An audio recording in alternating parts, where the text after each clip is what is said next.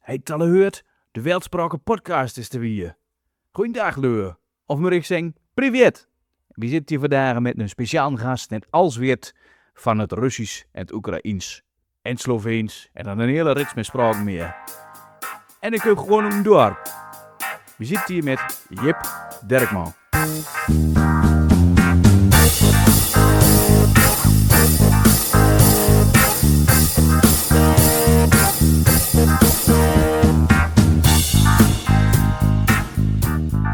Nou, hartstikke mooi. Daar zitten we. Met onze Jip Derkmans. Goedendag. Uit Oost-Twente. Juist. En dorp. Ja, uit een dorp. Maar dat vooral leu uit een dorp weet wat je bedoelt met een dorp. Wat is dat? Dat is Denenkamp. Denenkamp. Misschien moet je nog iets kutter aan. Misschien, ja. Dan kan het helemaal goed komen. Maar een dorp. Ja. Waarom noemen ze dat een dorp? Waarom maar ook verder de weg helemaal niet. Alleen, wie ben altijd wend van ja, Denenkamp, daar kun je gewoon een dorp noemen. En ja, wie ben dan ook dorpen. En ik dacht nog altijd voor de meeste lui Twente, die morgen wel wetten dat verder ook Denenkamp is. Maar je hebt ze volle dorpen. Ja, dat waar. Maar toch is het toch zo dat Denenkamp toch wel een dorp. Dat ze dat toch wel zo noemt. En ook, dus leu die uit Denenkamp komt, die uit een dorp komt, dan zeggen ze ook ja, een dorp is. Maar je woont niet meer in een dorp. Nee, nu niet meer. Hoe woon je dan? Nu woon ik in Leen. In Leiden. Ja. Je gaat helemaal van het uiterste oosten helemaal naar het uiterste westen, hè? Zeker, zeker. Maar waarom heb je dat dan? Nou, dat heb ik gedaan omdat ik verder ook student wil. Ik heb ook wel in Enschede ook wel best wel wat jaren gestudeerd. De hele tijd was toch niet wat, was toch niet bij mij. Ja, ik hou van spraken. Een beetje, een tijd heb ik international business gestudeerd. Daarna nog wat aans, maar nooit direct met spraken. Omdat ik dacht van, nou, ik vind spraken wel mooi, maar waarschijnlijk is voor studie of een baan moet ik wat aans doen. Maar dan merk ik toch van, nou, ik wil toch wel meer met de spraken doen. En toen dacht ik dus, nou, dan zal voor mij linguistics, dus spraakwetenschap, zal wel goed zijn. Ben ik er wel mee begonnen, maar moest ik toch wat toegeven dat na een paar maanden van, past toch niet helemaal bij mij. Toen ben ik gewoon vandaan gaan werken. Waarom was dat niks? Nou, Was hoe dat? verder ook ging het ging verder ook net zo slecht. Ik dacht van, nou, dat het past wat meer bij mij, dus dan gaat het toch wel goed. Maar nee, de resultaten waren nog steeds zeer slecht verder ook. En ik merk ook van, ja, wat moet ik doen met resultaten? Nou, ging hartstikke slecht. Ik kon niet meer. Het lijkt er al op dat ik niet vandaan kon na het tweede jaar. Dacht ik, nou, wat moet ik dan nu doen? En ik was dan een beetje begonnen te werken voor een taalschool Nederlands. Voor lui die Oekraïens en Russisch spreken. Want ik doe wel Russisch spreken en ook een beetje Oekraïens. En toen merk ik van, nou, verder wil ik daar wat meer voor doen, want de studie is toch niet wat. En hoe kom je erbij een dorper erbij Russisch te leren? Ja. Heb je daar wat met? Je zit er in de familie, maar die Russisch zijn of? Helemaal niet. Nu heb ik er dus wel wat met, maar dat was, van het begin was dat nooit zo veel ook. Nou, ik hou me altijd van spraak en ik merk verder ook na de middelbare school van, nou, nu doe ik geen spraak meer leren, want op de middelbare school had hij wat Frans, had hij wat Duits. En dat vond ik hartstikke mooi. Maar goed, middelbare school voorbij en ik deed eigenlijk geen spraak meer leren. Maar ik dacht van, nou, verder wil ik daar wat met vandaan. En toen zag ik dus video's van de ma en dan komt uit Engeland. En dan heeft heel veel reizen door de verschillende landen van de voormalige Sovjet-Unie. En dan kon dus ook bij Russisch. En dan heeft zoveel metmaakt, zoveel bijzondere dingen ook metmaakt. Want ja, er zijn hartstikke geen leur die op die land nagehoord. Want iedereen denkt van, nou, waar kun je door aan doen? Zou er niks zijn? Ja. Maar wie was dat? Bald and Bankrupt. Oh ja, ja, dat is een YouTuber, ja. Ja. En nou, dan is dus in Oekraïne West, in Wit-Rusland West en Rusland West. En ook nog wel in wat andere landen en even zoveel metmaakt. En dan merk je gewoon van, ja, er komt op plekken waar je aan nooit komt. En dan dat heeft zoveel aanzien ervaring toevoegd dat er Russisch kon. Want daar was er bijvoorbeeld in een boerengat in Wit-Rusland. Nou, niemand die er komt. En dan zeg je, ja, mooi, ik ben toerist. En die leur die denkt van, waar ben je daar aan door? Wat moet je nog? Ja, dat dacht ze wel, maar dan dacht ze, nou, dan lopen we het in en het andere zin. En dan laten ze een winkel zien en een begraafplaats. En dan zegt ze, nou, heel typisch van, kom maar met me met. Dan gaan we hier op mijn appartement aan. En dan ging ze bijvoorbeeld of een thee of natuurlijk een glaasje wodka drinken. En dat was zo bijzonder om te zien. En dacht ik van, nou, dat lijkt me hartstikke mooi om op zijn minst een beetje te proberen. Russisch alfabet, filmpjes opzocht, hoe ik dat moet leren. Dus je hebt toen zelf geleerd? Ja. En je hebt daar nooit officieel les in gehad? Nee, Je hebt gewoon, gewoon dingen bekeken en zodanig Russisch geleerd? Ja. En ja, wie weet er nou helemaal niks van Russisch? Ja. Wat moet je weten van het Russisch? Ja. Wat wil je weten nou Russisch? Nou ja, het is gewoon spraak. Hoeveel sprekers hebben het? Het is wel een stuk groter. Het is wel echt een grote spraak. Sprekers is altijd een beetje lastig, maar het is wel ongeveer rond de 200 miljoen. Dus er zijn echt wel heel veel lui die Russisch kunt. Dus je kunt er ook wel veel met uit kunt. Ja, en, maar je hebt natuurlijk weer honderden soorten Russisch. Verder valt dat wel met name ook binnen Rusland. Dat vond ik verder ook heel bijzonder, ook omdat we bijvoorbeeld in Nederland binnen heel veel verschillen in accent en bepaalde woorden. Het verschil tussen Krimia. Ja, en dat er helemaal van wie woont misschien 30 minuten van elkaar af. En er zijn daar verder ook hartstikke veel verschillen. Maar bij het Russisch, er bent echt, je weet het misschien wel, je hebt bijvoorbeeld Sint-Petersburg, ken je waarschijnlijk niet waar. Mm-hmm. Maar je hebt in de oosten heb je de stad Vladivostok. Ja. En je kunt daar, als je van Sint-Petersburg op Vladivostok aan wil, dan is dat met de trein, is dat 7 dagen of zo. Ja. Maar verder ook, als ik leuk Vladivostok wil kun en Sint-Petersburg, ik wil hartstikke geen verschil. Dus en is echt, ja. En uit mijn aanwijzen, op wat voor niveau spreek je dan Russisch nu? Dat is B2, C1. En ja, voor gewone leur, wat duur, wat hield dat niet? Verder, alles wat we nu hebben, had ik wel in het Russisch kunnen doen. En voor mijn werk, als ik de moeite met heb met Nederlands, dan kan ik het ook uitleggen in het Russisch. En ik doe ook stand-up af en toe in het Russisch. Je doet stand-up in het Russisch. Wat moet je daarbij voorstellen? Nou, dat ben gewoon, dat ben speciale stand-up avonden. Natuurlijk is dat allemaal bedacht door Russisch-talige lui die op Nederland afgehuisd bent. En normaal ging ik daar ging kijken, maar ik dacht van, ik ben wel benieuwd hoe dat gaat. Mm-hmm. Het is gewoon comedy. En ik dacht, maar kijken. Ik een kameraad van mij vroeg, denk ik, uit Moldavië. En dan spreek ik ook Russisch. Nou, dan had ik nog een vriendin metgenomen. Was de show aflopen. Nou, toen had ze tijdens de show kwamen ze erachter dat ik een Nederlander was. Nou, dat vond ze hartstikke mooi. En daarna heeft die hoofdpresentator me gezegd van, Jip, dat doe je hartstikke goed. Ik vond fijn ook dat dat ook mal komen doen. Nou, contact nooit wisseld. Een maand later heb ik dat zelf voor het eerst doen. Kijk, nou, maar hebt de Russen of leur wat Russisch kunt ongeveer hetzelfde soort humor als leur uit Twente? Of? Dat is dus feit ook mooi. Voor best een groot deel is dat wel zo. Ik kan je ook dingen hergebruiken, zeg maar, Becker dit hier een boord hebt van hier tot Tokio. Kun je die daar als niet komen? Dat je alle Becker hier, dit iedereen aan een keer gehoord heeft. Dat je die daar van iets kunt vertellen. Dat heb ik nog niet zozeer doen. Maar hoe ga je doen comedy aan nou? Nou, dat geeft dus de komieken, dat bent allemaal lui die uit Rusland komen of uit Oekraïne. En vaak hebben ze natuurlijk dus heel veel oude van, hoe is dat nu om in Nederland te wonen? Dan hebben ze het oude ding dat ze bijvoorbeeld gek vinden wat Nederlanders doet. Dan hebben ze te veel oude tikkies van, wat is dat voor gedoe en al dat soort verschillen. Maar dat vind ik dus mooi om zelf door oude grappen te maken. En bijvoorbeeld ook te zeggen van, joh, wat ben je aan het doen? Nou, van, je woont hier al zo lang en je doet nooit, je doet helemaal geen Nederlands leren. En dat soort dingen. En ook dus een beetje perspectief geven.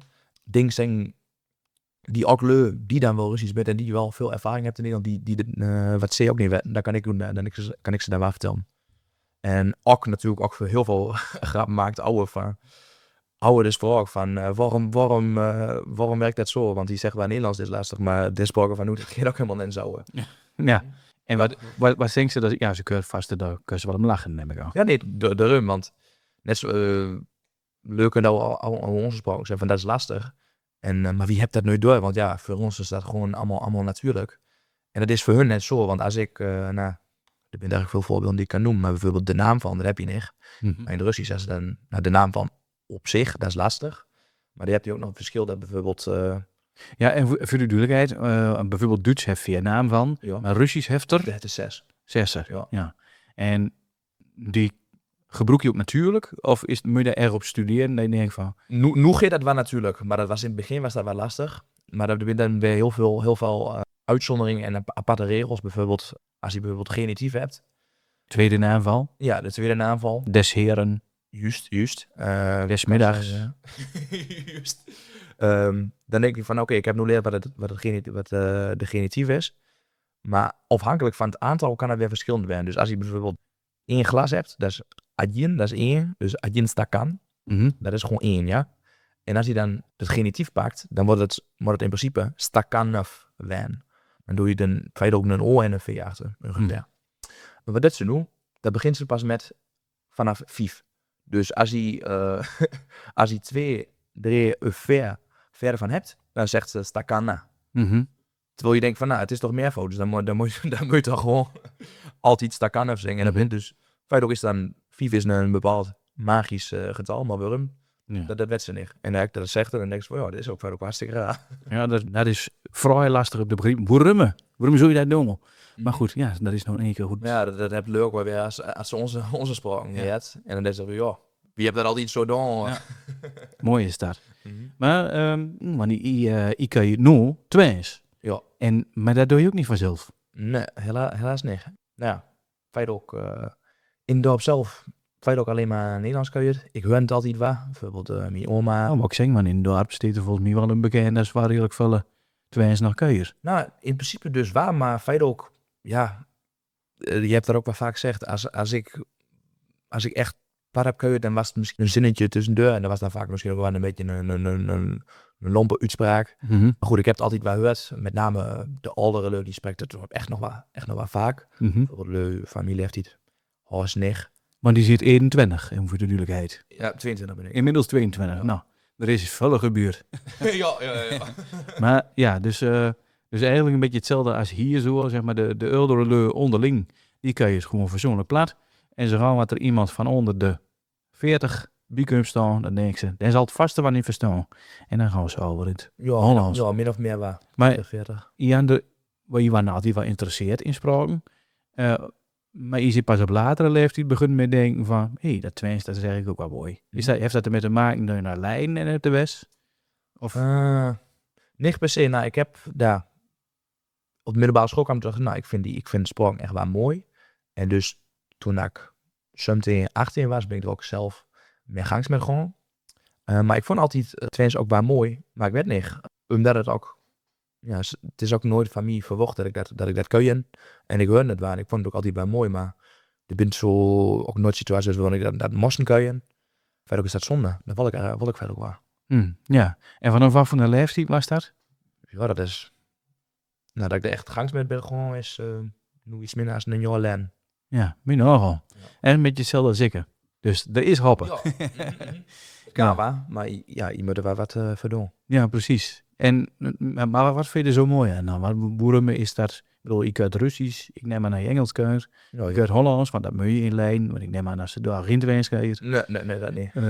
Ja, maar in Duits neem ik aan naar je kunt. Ja. Een beetje Frans. Ja, dat is wat kun je nog meer? Oekraïens dus, Slovaaks. Maar ik heb het altijd zo mooi gevonden. En dan heb ik ook gedacht van, nou, daar zou het verder ook wel zonde zijn als je dat niet zelf meer gewoon kun je, toch? En dan moet ik ook wel zeggen, ik doe het nog niet zo vaak. Ik doe het nu met name met mijn oma. Maar ik dacht van, het zou zo zonde zijn. Want ik heb altijd mooi van hoe dat klinkt. En inderdaad ook, er zit gewoon ook een bepaald gevoel bij van, het komt uit Twente, daar kom ik voort. En er zijn gewoon inderdaad dingen die je op zo'n mooie manier kunt zingen. En is het dan niet zo dat je juist, want je woont echt in Leiden, dat je juist daarom meer het geluid van Toes mist, of zo? Want dat is wat vaker wat je hoort. Ja, ik moet zeggen, ja, ik ben zo wel gewoon denken van, juist omdat ik ook minder Twents hoor, wil ik er ook wel met gangs. Maar dat is verder ook een beetje de noorpas de komen van, oké, ik wilde met gangs. En toen bedenk ik van, ja, ik hoor het nu zoveel minder. Dan is het wel belangrijk omdat als ik er ben en dat ik dan ook bij mijn oma ben, zeker met name Twents te kunnen. Wat zeg je, hoe waren de moeder van? Ja, die vond het wel mooi, die vond het zeker wel mooi. Mijn oma, die wist verder ook niet wat er gebeurde, want altijd als ik met mijn pa bij mijn oma was, dan ik deed simpelweg platkeuien. Maar als mijn oma wat aan mij wil zingen, dan ging ze ineens ouder naar het Nederlands, terwijl ik alles had verstaan. Dus dan dacht ik van, waarom dat? En voor mij heb ik het eenmaal toen probeerde, was ik bij mijn oma we begonnen in het Nederlands en daarna wel ook wat Twents kunnen, maar dat ging niet verder, want dan ging ze altijd weer terug naar het Nederlands. En toen dacht ik eenmaal van, nou, op oma, ik wil wat meer met het Twents doen. Ik doe vanaf het begin Twents kunnen. En dat was ook verder ook de eerste maal dat ik meer dan misschien een minuut lang Twents heb kunnen, want daarvoor heb ik het verder ook nooit doen. En pas na een kwartier, ik zei, hey, je bent je plan aan kunnen. Want het was voor de hartstikke. Natuurlijk, ook al heb je dat nooit gedaan. Ik moest wel het gesprek beginnen. Want als ik de eerste misschien 5 uur in het Nederlands had gedaan, dan had hij daarna ook alleen maar Nederlands kunnen. Ja, maar is het nou makkelijker voor u? Want ik heb er nou zelf, omdat ik het zo vallen doe, want ik zit eigenlijk zo'n ongeveer hetzelfde als begin. Ja. In het begin was het heel lastig, zeg maar. Dan moest ik echt moeite doen en dan zie je bang om fouten te maken, veilig. Maar nu vernem ik gewoon, dat ik het zo vallen doe, dat mijn Twents eigenlijk naar de vuurgrond is geschoven. En dat het nu juist qua spieren, zeg maar, mondspieren, dat het meer moeite kost om het Hollands te krijgen. Ja. Omdat het nu meer naar het Twents steekt. Heb je dat ook? Daar ben ik nog helemaal niet. Dit gesprek ging natuurlijk wel veel makkelijker dan... ik moet zeggen dat ik nu ook wel een beetje een gevoel heb dat ik er een beetje in kom. Maar het ging natuurlijk wel weer makkelijker dan bijvoorbeeld dat gesprek met mijn oma. Want dat was van, hoe moet je dat veel ook zeggen? Ja, feit ook happy. Het is allemaal waar je in je kop zit. Van, dat moet je zo zeggen, dat moet je zo zeggen. Maar als je nooit feit ook, als je nooit dat werk ook hebt gezegd, dan is het toch wel aans. Maar ja. Daar heb ik gelukkig nog wel de lessen, zeg maar, die ik heb gehad tijdens de Russisch leren. Van, fout maken, ja. Je kunt een fout maken en dan kun je daarna gaan janken van, kerel, ik heb een fout gemaakt. Maar daar wordt ook niet beter van. Je moet gewoon vandaan. Vaak maken we er zelf een onnodig probleem van, maar de leur mooi die denkt alleen van, wat mooi dat onze spraak probeert te leren. Ja, verneem je daardoor ook? Doet eten, maar ik weet niet hoe vaak hij in het dorp komt, maar doe je daar op de straat ook? Gewoon met vrienden? Nee, ja, dat moet je ook durven. Ik bedoel, ik maak dan punt van, dat zeg ik, toen ik op aan was station. Maar ja, ik bedoel, omdat het zo'n stigma heeft, is het heel lastig om daarmee te beginnen. Maar ja, als je weet dat dat doorbroken wordt, dan denk ik ook dat we dat gewoon meer moeten doen. En het is niet zo'n, het moet niet zo'n punt zijn, zeg maar. Exact. En ja, of je het nou wel of niet doet, dan mij niks doet. Maar als ik het wil, moet het mogen. Ja, zeker. En is dat in dorp ook zo? Want hier in Riessens is het natuurlijk heel fanatiek met. Ik bedoel, je zit met een trainer, dus je hebt de brutjes niet te zien, maar er staat hier allemaal kombon met rijsten en riesen in twee spraken. Dus, officieel biedt echt plaatsnaam, hoor? Ja. Dus dan heb ze dat daar? Zit een jaar of 2, 3, denk ik. Dus, ja. Ja, dat heb je nog niet. En eigenlijk, je kunt erop afdingen hoeveel of het waarde heeft, maar het gemeentehuis is officieel in 2 spraken. Daar had een broodje bouwende balies van Nederlands en Twents en ook Sallands, want Holten hoort er ook bij en Holten is Sallands. Dus verneem je ook dat de leu in een dorp of andere stukken van Twente daar ook meer met bezig zijn, of zijn die daar feitelijk te ver voor voet? Ik weet niet. Ik kan niet zeggen dat ik veel heb gemerkt van activitisme zo. En inderdaad is feit ook met name de ouderen, die kun je er echt wel. En mijn ouders die dat ook nog met mijn opa en oma en al. En doe ze het nu ook met u, omdat die zeggen van... Nee, dat niet. Oké, ja, dat is toch gek, hè? Ja, ik heb op een gegeven moment de perspectieven hulden en nu doe je het altijd, zeg maar. En hoe voelt het ook heel gek om het niet te doen. Dus er is hoop. Ja. Nou ja, maar hoe zit dat verder met Russisch? Want ik kan me voorstellen, in de Oekraïne en Rusland, dat is nu natuurlijk een beetje een beladen onderwerp. Ja. Hoe gaan die daarmee doen? Want die zit van beide kanten, feitelijk. Nou ja, wat moet ik erover zeggen? Ik heb nooit gehad van, Poetin dat is een mooie kerel, dat heb ik nooit gehad. Dat ben ik ook altijd, er gebeuren altijd veel rare dingen waarvan ik dacht van, dat is... Voor hoe steeds de sprake los van... Dat 100%. Dat 100%. En als ik begon, dat was eind 2020. Dus toen was de volledige oorlog was er nog niet. Feit ook in 2014 was de oorlog al begonnen. Met name in het oosten. Ik heb jou ook gezien dat denk ik, dat was in Oekraïne. En ja, dan werd niet ook gewoon van in Oekraïne dus heel veel Russisch kun. En ik heb ook feit ook Russisch wat ik dat leerd. Ik Ik heb ook wel een boek ervoor geboekt, maar ik heb heel veel, vanaf het begin heb ik heel veel met lui kuier. In het begin waren mijn zin zo'n 80% Engels en 20% Russisch, maar later is dat meer Russisch worden. En feit ook, in de 80% van de lui waar Oekraïners waren, want die vonden dat ook nooit een probleem, want daar waren ook lui die feit ook veel meer Russisch kuier als Oekraïens. En nu dat de volledige oorlog is dat natuurlijk wel aanzwen. En er bent ook dus ook lui die ik bijvoorbeeld volg, omdat ze video's maken in het Russisch. Die zeggen van, ik wil dat niet meer. Ik wil gerne alleen maar Oekraïens vanaf nu kunnen. Maar er bent ook nog zat lui die zeggen van, ja, Russisch is altijd mijn spraak west. En dat blijft het ook. Dus ja, dat is een beetje verschillend. Maar sommige lui zeggen van, dat maakt helemaal niks uit. En er bent ook lui die zeggen van, ik doe liever helemaal geen Russisch meer kunnen. Maar de meeste lui die... Ik merk de meeste met die ik spreek, ik vind het allemaal nog prima. Kijk, ja, het is een beetje hetzelfde als heel veel lui die hebben nog Engels als moederspraak, terwijl als ze niet uit Engeland komt. In de koloniën en in de, bijvoorbeeld Ierland, Ja. maar weer Ierland te bieden pakken. De meeste Ieren kunnen geen Iers, Ja. maar ze zien niet Engels. En dat moet je ook niet zeggen. Dus ja. Is jou ook aans? Het is ook anders, zeker. Heb je nog meer spraken die je denkt van, nou, dat zou ik nog echt wel willen leren? Want je hebt nu al Slovaaks. En Slovaaks, wat moet je met Slovaaks? Nou, verder kun je er wel alle spraken zeggen. Maar ja, dat is ook zo. Maar ik gooi hem erin de vraag stellen van, wat wil je nog meer leren? Ik zeg altijd van, ja, dat is een goede vraag. Welke spraak wil ik helemaal niet leren? Want er bent verder ook zoveel spraken niet. Ja. En dat ik mooi vind, ik wil verder ook naar Arabisch wil ik nog wel leren. Nu wil ik met name gangs met Spaans en nog meer Russisch toch nog wat iets qua niveau verbeteren. Dus dat bent, ja, nu wil ik met name mijn focus op het Spaans en het Russisch hebben, maar wil ik ook nog wel Arabisch leren en er bent nog wat meer Slavische spraken en ik wil leren. Er is verder ook geen spraak waarvan ik denk van, nou, dat zou ik toch nooit leren als ik nu onder dit zie dat, nou, ik zou allemaal verder misschien wel willen leren. Ja. Ja, wat ga je ermee doen? Wat ga je ermee doen? Ja, want dat wil ik eigenlijk nog vragen, want je helpt dus Oekraïners en Russen dit hier zien Nederlands te leren. Ja, ik werk binnen een taalschool Nederlands, maar de lessen... En NT2, zeg maar. Ja. Je zit NT2-docent. Nou, dat niet, want ik heb er geen cursus voor gedaan. Ik kan ook verder of niet uitleggen van, oh, dat durf je de rum. Maar ik werk binnen een taalschool Nederlands voor dus Oekraïenstaligen en Russisch-taligen.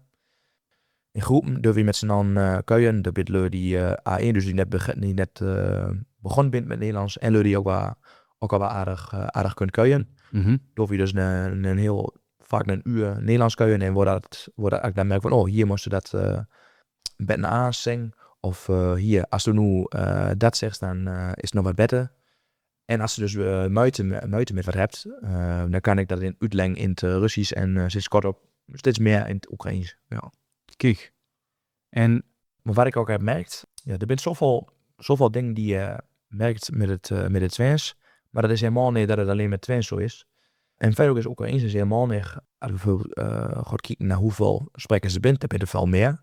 Maar Russisch heb ik bijvoorbeeld ook veel leerd met lui Oekraïne. Want ja, er zijn heel veel lui die dat gewoon als moedertaal heeft. En daar was dus ook waar. Is niet altijd een aura, maar er zijn best wel vaak momenten geweest dat bijvoorbeeld in de stad dan deze Russisch kuien. En als dan iemand Oekraïens begon te kuien, ook al waren ze in Oekraïne, en zeggen ze, hey, waarom doe je Oekraïens kuien?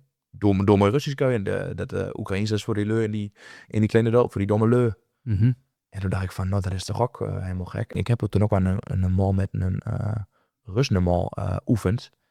En dit zit dat niet op een best een negatieve manier, maar het is hem waarschijnlijk ook gewoon zeggen van, ja, dat Russisch, dat doe je echt kuien en dat Oekraïens, dat doet ze misschien door in het dorp. En dat kun je ook niet opschrijven. Dat doe je niet. Ja. Waarom niet? Ja. Maar toen had ik dat helemaal niet oude nagedacht. Dat is natuurlijk ook een paar jaar geleden. En ik denk niet dat die Rus dat met een negatieve bedoeling heeft zegt. Maar dat is waarschijnlijk ook door de lui om hem heen zegt. En dan dacht ik, oh, zo is dat gewoon. Dat is gewoon de algemene mening, zeg Ja. maar. Maar hetzelfde inderdaad met dat vroeger, zeg maar, in de tijd dat mijn vader en moeder nog jong waren, dat er worden gezegd, ja, Twents, dat doe je gewoon niet. Dat is gewoon, dat doe je misschien maar in Toes of langs de voetballijnen. Ja. Maar als deftig moet zijn, dan moet het Hollands zijn. Ja. En dat zal veilig ook met het Oekraïense en het Russische wel weer. Ja, en natuurlijk is dat er nu ook heel veel lui die veel meer Oekraïens kunt. En ik vind dat ook mooi. En langs met de lui die zeggen van, die hebt het gevoel dat hij moet kiezen. Maar ja, ik vind het verder ook mooi. Er bent lui die helemaal geen Russisch meer wilt kuien, maar er bent ook lui die zegt van, ja, het is altijd een spraakwest. En als je ook gaat kijken, het is altijd een spraakwest. Je hebt er niet voor gekozen om Russisch te kuien. Dat is verder ook een beetje oplegt. En Oekraïens is heel vaak, hebben ze dan een verbod oplegd. Dus het is de leu den Oekraïens kuien is het echt moeilijk maakt. Maar toch heeft de spraak waar oude leeft, maar waar, zodat het op bepaalde plekken toch nog waar een beetje gek was om te doen. Vaak waar met het beste bij de leu vindt dat ze beide waardeert, maar ook dat ze ook inzet van, het Oekraïens heb je altijd minder kuien, maar het is juist mooi als we dat nu wat meer met dat. Wat is eigenlijk het verschil tussen Russisch en Oekraïens? Ja, dan, dat vragen ze heel vaak en dat snap ik ook wel. Dat zal ik een paar jaar later misschien ook niet allemaal wetten. Maar verder ook is het verschil waar minimaal net zo groot als het Nederlands en Duits. Dus ja, er bent wel woorden die je kan verstaan. En manks kun je ook wel zin verstaan. Maar het is, als je nu een Amsterdammer op Wukvul, op Notter naast is, dan is het niet meteen dat je de Duits allemaal kan verstaan. En dat is allemaal afhankelijk. Waarom je altijd denkt dat hetzelfde is omdat dus haast alle Oekraïners ook Russisch kunt. Maar er zijn Oekraïners die beter Russisch kunt, omdat ze het gewoon veel meer heeft kuierd. Haast alle Oekraïners, ze kunt haast allemaal wat verstaan. En de meeste kunt ook kuien als moedertaal op moedertaalniveau. Dus dat houdt in dat feit ook alle Oekraïners, alle Russen maar verstaan. Maar dat is niet aan zo. En kun je een voorbeeld geven van een verschil? Nou, als je wil zeggen dankzij, dat is in Russisch dat spasiba. En in het Oekraïens is dat djakoju. Oh ja, dat is wel heel anders, ja. En feit ook lekt daar langs Oekraïens wat meer op Pools. Want in Pools is die dat dziękuję. Ongeveer. Ja. Djakoju en dziękuję, dat lijkt meer op elkaar als spasiba. Djakoju. Oké, en zijn die daar ook vuur om daar zelf meer een punt van te maken? Nou, ik vind niet dat ik zo'n rol heb om er wat mee te doen. Maar bijvoorbeeld, ik merk me wel zelf van hoe dat bijvoorbeeld er ook wel leu oude gewoon zijn op het Oekraïens. Bijvoorbeeld dat ze op Insta filmpjes maken in het Russisch. Als ze uit Oekraïne kwam. Die er bent oude gewoon op het Oekraïens. Ook wel een beetje als politiek statement. Maar ik merk van, hoe meer als ik dat ervan hoor, hoe beter als ik kon begrijpen. En daarna ben ik verder ook langzaam zelf een beetje begin te kunnen. En ik kan het nu ook wel redelijk. Nog steeds nog helemaal niet zo goed als het Russisch. Maar ik vond het altijd wel mooi om een betten met leun, een beetje Oekraïens te zeggen. Ook als een beetje een teken van, ja, ik vind dat ook mooi. Ik vind dat ook, ik heb ook wel waardering voor hoe, zeg maar. Ja, en op wat voor een manier vertaal je dat dan naar de situatie in Nederland, met het Tweens en het Nederlands, zeg maar? Ja, hoe moet je dat zeggen? Uit dat kaart ook deel heb dacht van, het is misschien erg veel ook wel jammer dat altijd dat Oekraïens zo'n kleine rol had. Nou, dan kun je toch altijd veranderen. En nu ben er ook lui die zeggen van, nou, het is verder ook jammer dat het Twents, dat het allemaal minder wordt. Nou, wat kun je ermee doen? Je kunt zelf meer gaan kuien. Een podcast maken. Daar ook. Ja. Nou, oké. Want als je elkaar weer verstaan, dan lukt het wel. Ja, zeker. Er was ook een voorbeeld. Je hebt voor mij dat normaal zegt, een wasknijper in een tuigpinnen. Ja. Dat ze dat gewoon niet accepteerd hadden, hè? Nee, dat klopt. En ik had dus wel van die verhalen gehoord dat ze dat zeggen van, ja, Oekraïens is het niet. En toen had ik dat normaal oude met een Oekraïense met wel ik veel heb oefend. En die heb ik een paar maanden later normaal zien als hij in Amsterdam was. En toen heb ik dan gevraagd. En toen zei ze, ja, nu ik dat zeg. Want zie is ook met door die Russisch kuien. Ze komt uit Dnipro, dat is van zichzelf. Is dat een stad waar meer Russisch kuien wordt. En zie zelf kuien ook nog veel meer Russisch als Oekraïens verder ook. Maar ze zegt ook, hè, toen ik op de Pure Speelzaal zat, bij de opvang, dan was het altijd één wichtje. Die deed al die Oekraïens kuien. En wie dit allemaal, waarom doe je dat? Was dat gek?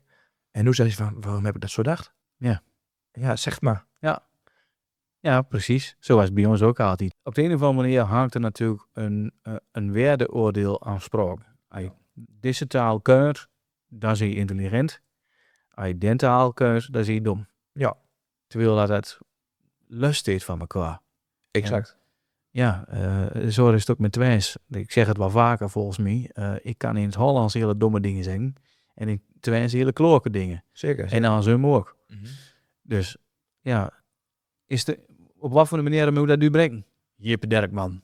Ja, wat Wat moeten we eraan doen?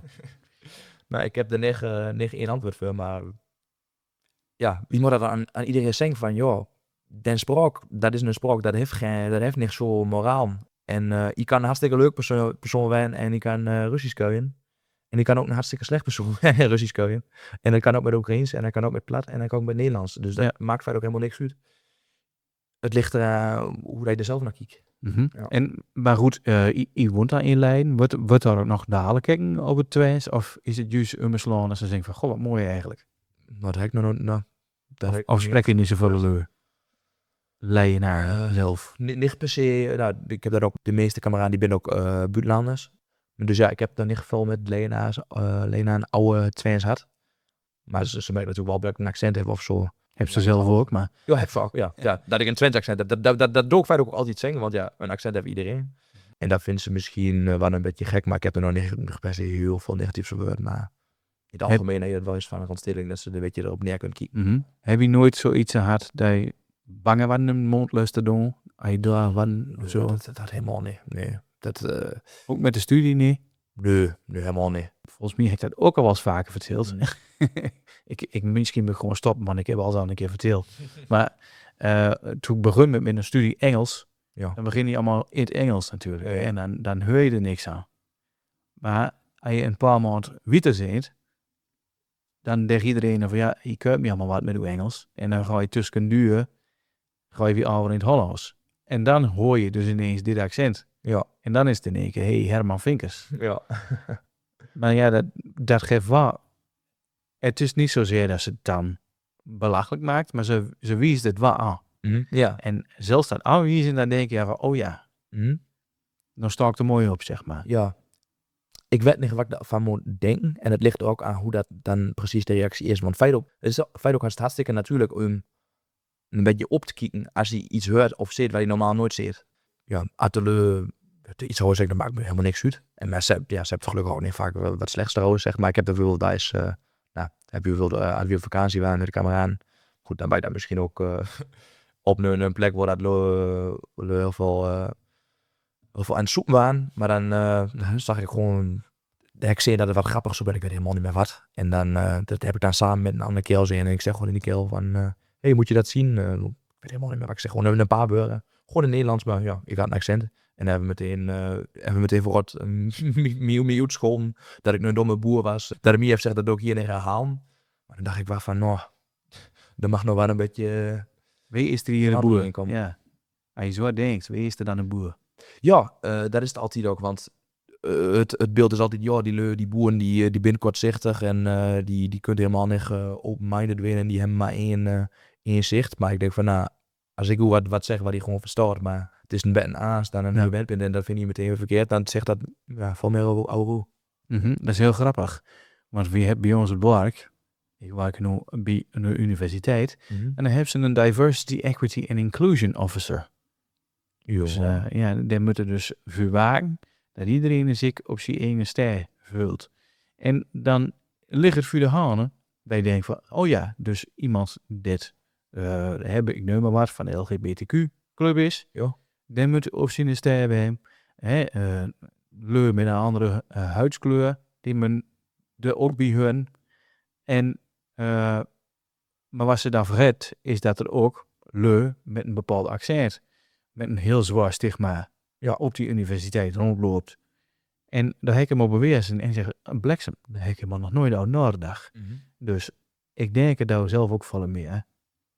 Nou boeten met dat accent en met onze eigen cultuur. Ja, of wie zit altijd een beetje zo van, we proberen zo duidelijk mogelijk Nederlands te spreken. Maar op een gegeven moment vallen jullie de manen. Ja. En ja, je hoopt niet door de manen te vallen, uit gewoon altijd door.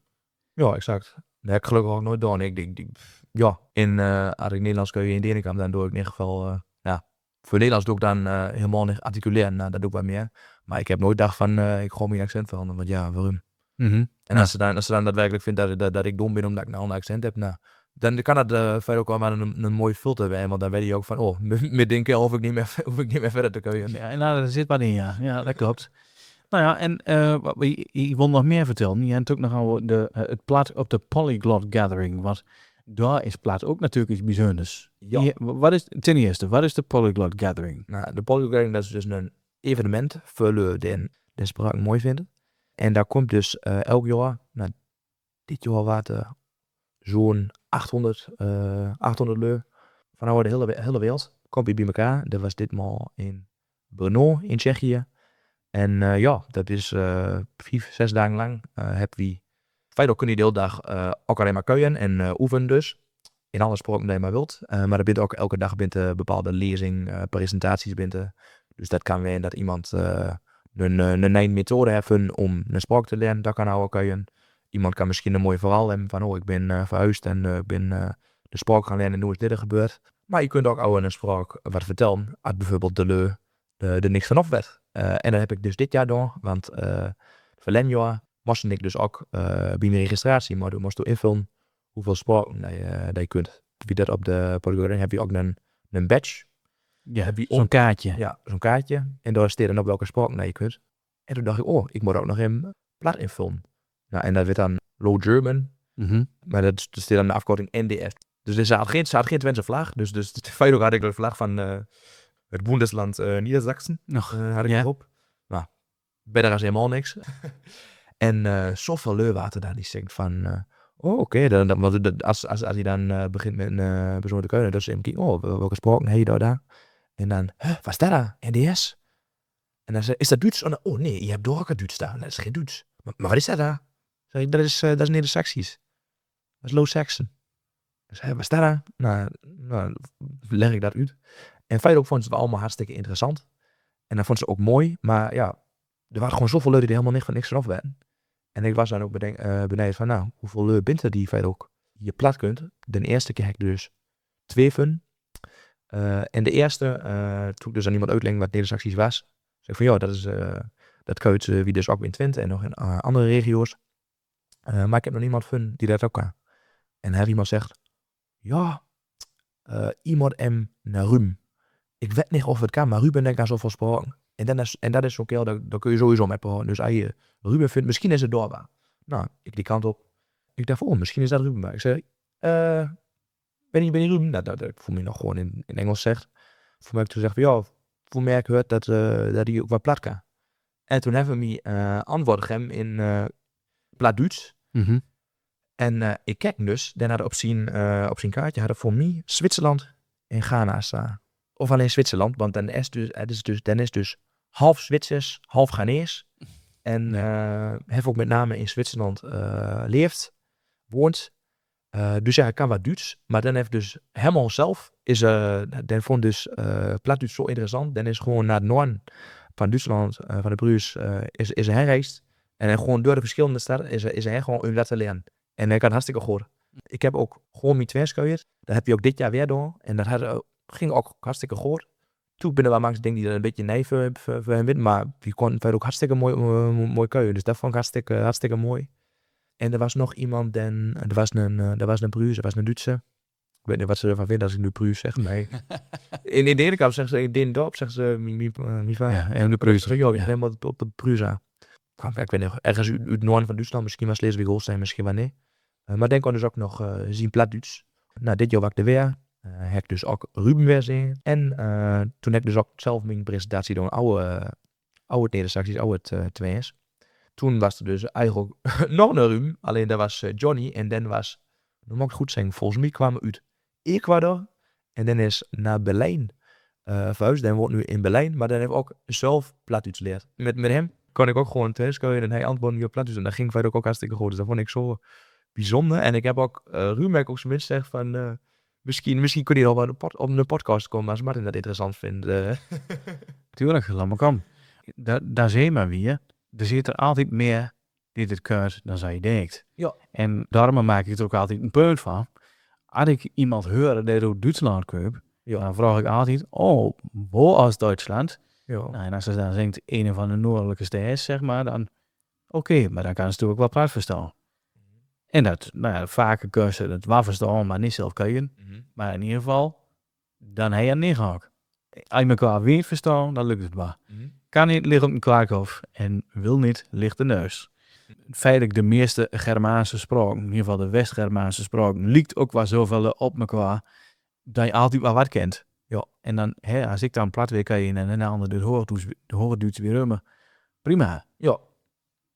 Maar ja, je moet het maar net even durven. En dan iemand moet die eerste trap maken. En wie moet wat vaker die eerste trap maken. Ja, en vaak denkt ze door, dat is niet goed of voor, dat vindt ze misschien gek, maar juist als je ook wil van, nou, ik wil er meer met, ik wil dat leur dat meer kun je, dan moet je ook juist zo'n moment nemen, dat die leur ook zelf zegt van, hier, dat kan ja. Natuurlijk, het is niet zwart-wit. Ja, en dat kan dus met plat. En wat ik dat ook heb merkt, is dus bijvoorbeeld dat ik iemand uit Oekraïne die ik volgen, dan deed ook eerst altijd Russisch. Hij was ook presentator van de show dat ik altijd kijk. En dan is ze president. Nee, dat niet. Dat niet. Nee, denk ik wel is dat. Maar dan is dus, dan is ook meteen het leger ingegaan. Dat duurde voor hem even, maar op een gegeven moment is het ook ouder gewoon naar het Oekraïens. Nog meer, je hebt ook Wit-Rusland. Ook iets van Leur denkt, dus het is allemaal hetzelfde als Rusland. Is dus ook niet zo. In Wit-Rusland spreekt dus de Leur ook nog meer Russisch. Maar je hebt ook het Wit-Russisch. En dat lijkt feit ook meer op het Oekraïens dan op het Russisch. Ook door de geschiedenis is het zo dat Oekraïners en Wit-Russen, die deden altijd, altijd Russisch met elkaar kunnen. Want de meesten konden dat gewoon. Maar goed, het is dus oorlog. Eerst zo'n iemand die heet Kolja Serha. Den komt uit Oekraïne en die wil een video maken met een Wit-Rus. Hebben ze een interview gedaan. De Oekraïne heeft gewoon Oekraïens gehoord en de Wit-Rus heeft Wit-Russisch gehoord. En er was helemaal geen probleem. Nou ja, goed, inderdaad. Ja, als het zo kort bij elkaar ligt, dan maakt het toch ook feitelijk niks uit. Ja, eigenlijk is dat hetzelfde als dat ik nu met iemand uit nachtrook. Ja. Zo gaan kunnen. Ja, exact. Nou ja, goed. En zo moet het dan ook maar zijn, denk ik. Ja. En dat was dus hartstikke mooi, want die Leur heeft dus, ze hebben ook filmpje, hebben zelf al serieuze dingen besproken, maar ik zeg ook niet dat hij geen ruzie meer moet kunnen. Want ja, ik vind alle spraken mooi, maar als hun voor zichzelf een bepaalde reden hebt om dat liever niet te doen, dan is dat ook mooi als ze daar gewoon ziet van, dan doe je dat zo. En de comments, daar stond vol met, kerel, wat is dat mooi. Want Leur had altijd wel door dat op elkaar lekken, maar staat misschien niet verwacht dat. Dat is zo cool. Ja, dat is zo cool. En dat ging hartstikke goed. En er is geen moment geweest dat ze muiten had. En ze heeft meer dan een uur gehuurd en dat ging hartstikke mooi. Maar wat ik mooi vind was, wij zijn dat je eerst heel veel in het Engels deed. En toen vandaan steeds meer procent in het Russisch begonnen. Is dat ook hoe manieren om andere spraken te leren? Ook om bijvoorbeeld het Twijns te leren? Nou, feit ook waar. Want ja, wat Leur heel vaak niet genoeg dat is gewoon simpelweg oefenen. Want Leur ben altijd bang van, ja, ik ken nog niet genoeg woorden om hoe oude dat te kunnen. Maar feit ook moet je het gewoon proberen. En dan, als ze dan misschien een keer een woord een andere spraak is, nou, is dat dan zo'n ramp? Zoals zeggen gaan, nee. Nou, dat vind ik wel een mooi, want inderdaad, wat je hier heel veel hoort, en dat heb je vast ook in andere podcastafleveringen van mij wel gehoord, probeer het maar niet, want dan klinkt dat toch niet. En ja, ik denk er altijd van, dat is killing voor motivatie. Precies. En ja, ik heb dat niet altijd zo zin, maar ik heb dan ook wel, als je Nederlands kun je en dan komt een Spanjaard op af en dan zegt, misschien op een hele gekke manier, omdat het lastig is, en zegt, hallo, hoe gaat het? En dan zie je het, hallo, hoe gaat het? Kan van alles zijn. Dan zeg je er gewoon, dan zeg je als Nederlander ook niet, wat ben je nou aan het doen? Ben je dom? Of wat ben je aan het doen? Dan zeggen ze misschien, oh, mooi dat je dat probeert. Ja. Dat gebeurt verder ook bij alle spraken. Alleen bij, als dus Leuts-Wens kun je, dus dat is vaak een beetje andersom. Maar het feit dat dat zo is, ik vind niet dat ik dan door hem het aans moet doen. Want ik werd gewoon feit ook proberen. Dat werkt voor het Russisch, dat werkt voor het Slovaaks. En waarom zou dat dan niet met Twents moeten werken? Oké, nou, dus dat is eigenlijk een positieve dreef voor de Leur die het gerne plaats wil leren. Ja. En die dit nog niet zo goed kent. Dus volle oefen. Ja. Daar kun je het op dalen. Ja. Volle fouten maken. Ga het maar op bek. Dat maakt niet zo. De rum. Dat is, ken je misschien Benny Lewis? Dan is ook Iers. Nee, dat ken ik niet. Maar dan dat heel veel filmpjes maken, ook oude spraken. En dan spreekt ze ook hartstikke veel spraken. En dan heeft toen ook, volgens mij hebben we met Richard Simcott, hebben we toen een podcast gemaakt. En dan hebben we gezegd, mijn doel is altijd om zoveel mogelijk fouten te maken. Omdat het betekent dat als hij dan doe je verdanken. Dan doe je niet, oh, misschien moet ik dat zo. Nee, dan kun je die gewoon verdanken. En verder ook als hij, misschien heb je het wat fout zegt, maar dan kun je daarna gewoon zeggen, en dan, wel prima. Ja, maar je noemt nog Richard Simcoe, maar den ken ik, maar wie is dat? Richard Simcoe is dus echt, feit ook is dat, hoe moet je dat noemen? De Messi of de Ronaldo van het spraken leren. Want ja, dan spreekt er zoveel, dat kan ook zelf. Het is ook lastig te zeggen hoeveel spraken naar de kan, want dan is hij alleen maar meer dan 50 spraken hebben geleerd. Dat is nu ook, daar kan simpelweg heel veel spraken. En hij heeft ook veel filmpjes over gemaakt. Dus dat was ook mijn inspiratie als toen ik dus verleden jaar op de Polyglot Gathering was in Tsjechië. Dat is Ja, maar hij organiseert de Polyglot Gathering, zeg maar. De Polyglot is natuurlijk conference een veel... De conference, dat is weer een ander evenement. Dat is volgens mij echt van hem. En de Polyglot Gathering is volgens mij niet van hem, maar hij komt er bij elk jaar. Oké, ja. En een polyglot is iemand die een poly, volle, glot spraken kan. Dus een veelsprakige leu. En een polyglot, die kan dus volle spraken. Ja. Maar als je nog meerdere dialecten kunt, zie je dan ook een polyglot. Ja. Ik ben niet of ik de juiste persoon ben om erover te kunnen, maar Max zegt door ook van, je bent geen polyglot, want die kunt er maar drieën, maar goed. Poly, dat is dus wel, maar goed, wat is wel? Ja. Voor mij kun je wel een polyglot zijn als je uit de twee kunt. Ja. Hij het zo letterlijk bekijkt. Maar ja, goed. Maar dan Richard, dat is dus een inspiratie voor u. Ja, zeker. Nou, oké. Hoe ben je op? Wat zit de plan? Want je zit 22 jaar en je hebt nog een hele weg te gaan. Ja, dat waar. Dus hoe met de baan? Goed, ja. Nou, feit ook, wil ik altijd nog vandaan met spraken. Ik wil nog veel meer spraken leren. Wil ik ook nooit meer ophalen. En nu ben ik ook wel heel erg tevreden met mijn werk. Maar uiteindelijk zal ik het mooiste lijken om iets op te zetten waar ik precies kan helpen met spraken leren. Met meer mijn manier. Want Leu heeft altijd moeite met spraken leren. Ze wil het altijd wel. Ze heeft Duolingo. Ze gaan we naar bepaalde cursussen. Maar vaak vinden ze dat niet zo leuk. En dan lukt het niet zo goed. Terwijl ik verder ook mijn Russisch en mijn andere spraken heb ik verder ook op zo'n leuke manier geleerd. Maar dat waren verder ook allemaal methodes waarvan Leu niet verwacht dat het werkt, maar het werkbaar. Nou, noem eens een voorbeeld aan. Op wat voor een manier moet je dat dan doen? Ik heb natuurlijk ook maar een boek gebruikt. Een boek. Maar ik heb verder ook zoveel series kijken. Er was één zo'n show, dat lijkt een beetje op, misschien een beetje op 3 op reizen in Nederland. Dus gewoon, dat doet ze heel veel reizen. Het heet Arul Ireska. En dat is dus op allemaal verschillende landen op aanreizen. En er was er één Russisch en die hadden Engels ondertiteling. En vanaf het begin heb ik dat gewoon zitten kijken. Ook al kon ik in het begin verstond ik ook helemaal niks van verstaan. Gewoon met Engels ondertiteling begonnen. En ik ging gewoon vandaar langzaam wat we geleerd, langzaam wat meer oefend.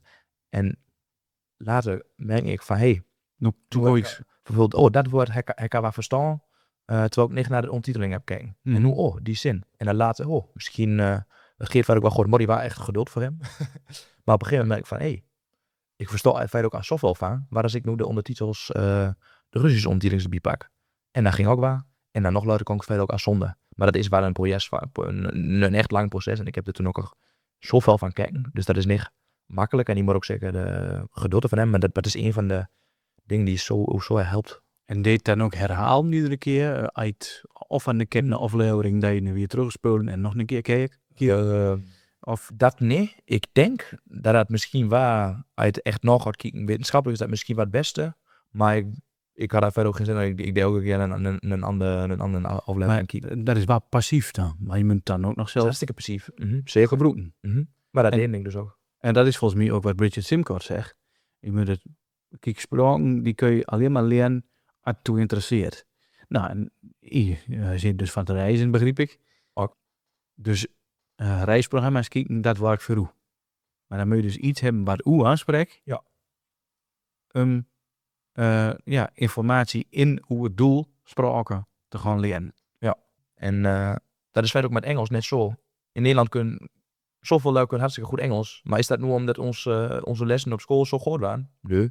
Wie hebt verder ook al heel vaak hebt wie bijvoorbeeld YouTube filmpjes kijken. Heel vaak hebt bepaalde series hebben gewoon ondertiteling. Omdat ze in Duitsland dus hebben ze altijd waar voice-over, maar dat heb je in Nederland niet. En dan merk je ook meteen dat vaak de Nederlands nog wat beter Duits kunt als bij de Engels kunt als de Duits is. Dus je weet nog vandaan. Leren, begreep ik. Ja. En voort je terug naar Leiden of ga je terug naar Diepen? Een dorp. Ja, dan dorp, ja. Dus hier op uw vader Mora. Ja, zeker. En maar hij daar verder nog iets, of is het al hoe hele leeuw nu in lijn? Oh ja, hoe moet je dat zeggen? Ik heb ook nog wel bij mijn... ik kan maar weer ook nog wel in die kamp. Maar ik moet wel zeggen dat ik de laatste tijd veel minder ben. En dat vind ik eigenlijk ook wel jammer. Dus daar wil ik ook wel met wat meer regelmaat hierop aan. Maar ja, dat kan ik nog wel zeggen, maar dan moet ik het ook wel doen. Dat denk ik niet altijd. Zeker niet altijd doen. Nee. En als jullie nu echt Russisch willen leren, hoe moeten ze daar terechten? Wie? Nee, dat nee. Dan moet ze filmpjes vinden die ze interessant vindt. Kan nou reizen gaan, kan nou make-up gaan, kan nou sporten gaan. Moet ze, zal ik zeggen dat ze wel een boek ervan neemt, maar dat ze daar niet de focus op legt. Want dan moet je niet alleen doen. Je moet het als een kleine basis gebruiken, maar je moet ook heel veel luisteren en ook leuk vinden met wie je dat kan, met wie je dat kan oefenen. Ja. Oké. Dus eigenlijk zeg je van, als je de willen aanbeleeuwt, dan gaat het vanzelf. Ja, zeker. En als je de geschikte methode voor u hebt, want dat is vaak ook altijd het probleem, dat de methode niet leuk is. En ook als het niet leuk is minder effectief. En vaak zijn de methodes van zichzelf gewoon niet zo effectief. Want ja, op school heel veel leerden gesproken, maar vaak kunnen ze niet echt goed keuien, ook al hebben ze het Johan had. Dus daarom ook een oproep, wie men veel meer in het plat maken, want dan kun je veel meer vinden wat u interesseert. Precies. Dus wanneer ga je podcast maken in het plat? Podcast, Dirk man. Dat is wel een goede vraag. Moet ik daar veel ook wat doen? Maar wat ik wel wil doen is, ik had op Insta erop begin, oude spraken. Maar dan wil ik verschillende spraken waar kun je, maar dan wil ik ook wel zeker dingen in plaats doen. Ja. Mooi. Nou, dan zien we er volgens mij duur. Dan dank ik u voor de tijd en de moeite dat je helemaal van hoe Leiden hierin zit te komen. Nou, het beloofde land. En dan hoop ik dat het toen nog heel veel gaat met de platte studies en natuurlijk ook met de Slavische spraken. en met de stand-up. Ja, dank weer. Hoe hartstikke bedankt. Dat was hem weer. De eerste nieuwe aflevering van de hele nieuwe Riegeveldspraken podcast. Heb je ideeën of dat je denkt van, kun je het daar eens een keer met, spreek tennis een keer, of laat hoe ligt daar eens eens kijken. Laat het me weten op weltspraken@gmail.com. WEARLDSPROAKE. Dat verstriet je. Goed gewoon.